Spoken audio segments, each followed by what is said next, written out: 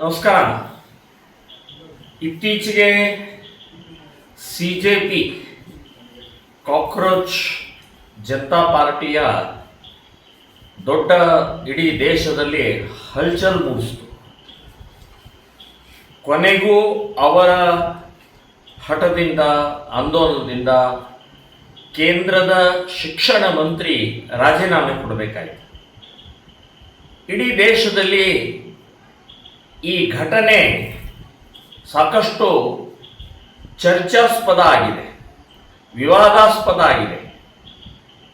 ಇದು ನಿಜವಾಗಿಯೂ ವಿದ್ಯಾರ್ಥಿಗಳ ಚಳವಳಿಯ, ನೀಟ್ ಸಂಬಂಧಪಟ್ಟಂಥ ಕಳಕಳಿಯ ಅನ್ನುವಂಥದ್ದು ಬಹಳ ದೊಡ್ಡ ಪ್ರಮಾಣದಲ್ಲಿ ಚರ್ಚೆ, ಇವತ್ತು ಮಂಥನ ಪ್ರಾರಂಭ ಆಗಿದೆ.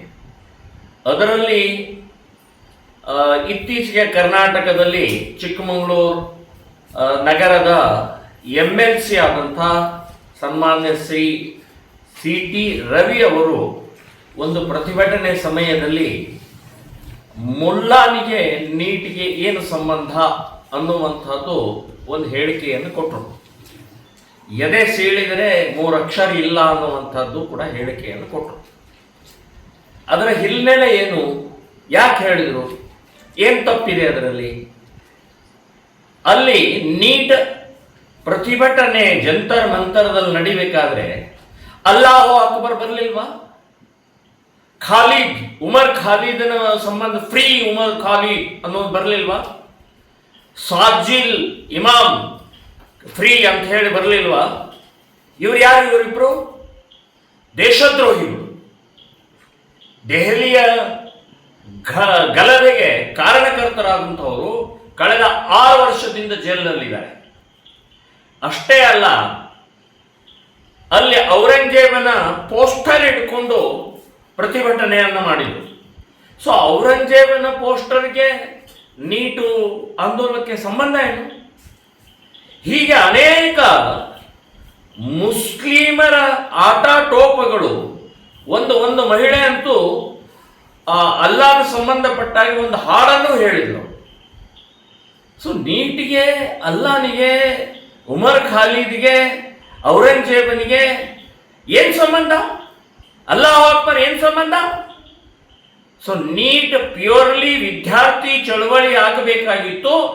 ಆ ಹಿನ್ನೆಲೆಯಲ್ಲಿ CT ರವಿಯವರು ಈ ಬ್ಯಾಕ್ಗ್ರೌಂಡ್ ಅನ್ನ, ಈ ಹಿನ್ನೆಲೆಯನ್ನು, ಹೇಳಿಕೆಯನ್ನು ಕೊಟ್ಟಿದ್ದಾರೆ.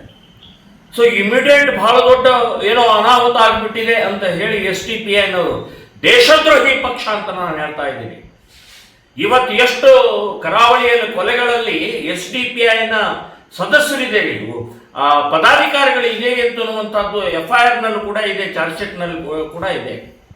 ಸೊ ಇಂಥ ಇವತ್ತು ಇಮಿಡಿಯೇಟ್ ನೀವು FIR ಮಾಡುವಂಥದ್ದು, ಕೇಸ್ ದಾಖಲೆ ಮಾಡುವಂಥದ್ದು ಅಷ್ಟೇ ಅಲ್ಲ, ನೀವು ಒಳಗಡೆ ಚಿಕ್ಕಮಗಳೂರಿನ ಒಳಗಡೆ ಪ್ರವೇಶ ಮಾಡಲಿ, ನುಗ್ಗಲಿ ಅಂತ ಹೇಳಿದರೆ ನಾವು ನೋಡ್ಕೊಳ್ತೀವಿ, ನುಗ್ಗದೇ ಇರುವಾಗ ನೋಡ್ಕೊಳ್ತೀವಿ ಅಂತ ಹೇಳಿದರೆ ಏನು ಮಾತಾಡ್ತಾ ಇದ್ದಾರೆ ನೀವು? ಆಲ್ರೆಡಿ ಸಾವಿರಾರು ವರ್ಷದಿಂದ ಒಳಗಡೆ ನುಗ್ಗಿಯೇ, ನೀವು ಒರಿಜಿನಲ್ ಭಾರತೀಯರಲ್ಲ. ನೀವು ಘಜನಿಯಿಂದ ಹಿಡಿದು ಇಲ್ಲಿವರೆಗೆ ಈ ದೇಶದಲ್ಲಿ ನುಗ್ಗುತ್ತಾನೆ ಬಂದಿದ್ದೀರಿ.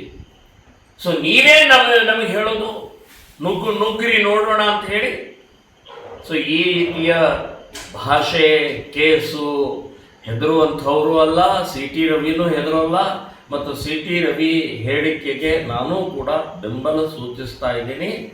ಈ ರೀತಿಯ ಹೇಳಿಕೆಯನ್ನು ನೀವು ವಾಪಸ್ ತಗೊಳ್ಬೇಕು, ಕೇಸನ್ನು ವಾಪಸ್ ತಗೊಳ್ಳಿ ಅಂತನ್ನುವಂಥದ್ದು ಕೂಡ ನಾನು ಈ ಸಂದರ್ಭದಲ್ಲಿ ಹೇಳ್ತಾ ಇದ್ದೀನಿ.